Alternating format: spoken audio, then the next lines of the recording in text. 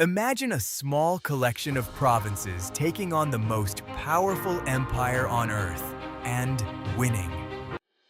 Before we dive into the epic saga of the Dutch Revolt, make sure to subscribe, like, and share this video. In 1568, the Low Countries were a jewel in the crown of the Spanish Empire, but tension was at a breaking point. King Philip II of Spain wanted two things: absolute power and a purely Catholic empire. The Dutch, influenced by the rising tide of Protestantism and a fierce tradition of local autonomy, weren't having it. When Philip sent the Iron Duke of Alba to crush dissent with the Council of Blood, he ignited a revolution. Enter William the Silent, Prince of Orange. Once a loyal courtier, he became the heartbeat of the resistance. The early years were desperate. The Dutch rebels, known as the Beggars, were little more than pirates at first. But in 1572, they captured the port of Brill, giving the rebellion its first foothold. Spain responded with overwhelming force. Cities like Haarlem and Leiden were pushed to the brink of starvation. In a move of sheer brilliance, the Dutch often broke their own dikes, flooding the land to strand Spanish armies. This allowed rebel ships to sail right up to city walls.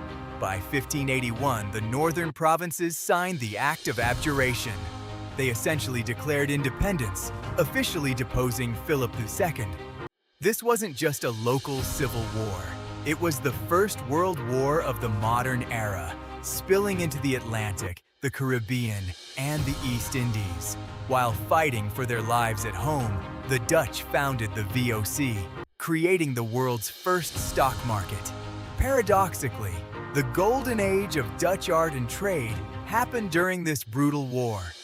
Great commanders like Maurice of Nassau revolutionized warfare with new drilling techniques and infantry formations, turning the Dutch army into a professional machine that could finally stand toe-to-toe with the legendary Spanish tercios. After a truce, the war merged into the 30 Years' War. Spain was exhausted, their coffers drained by endless fighting.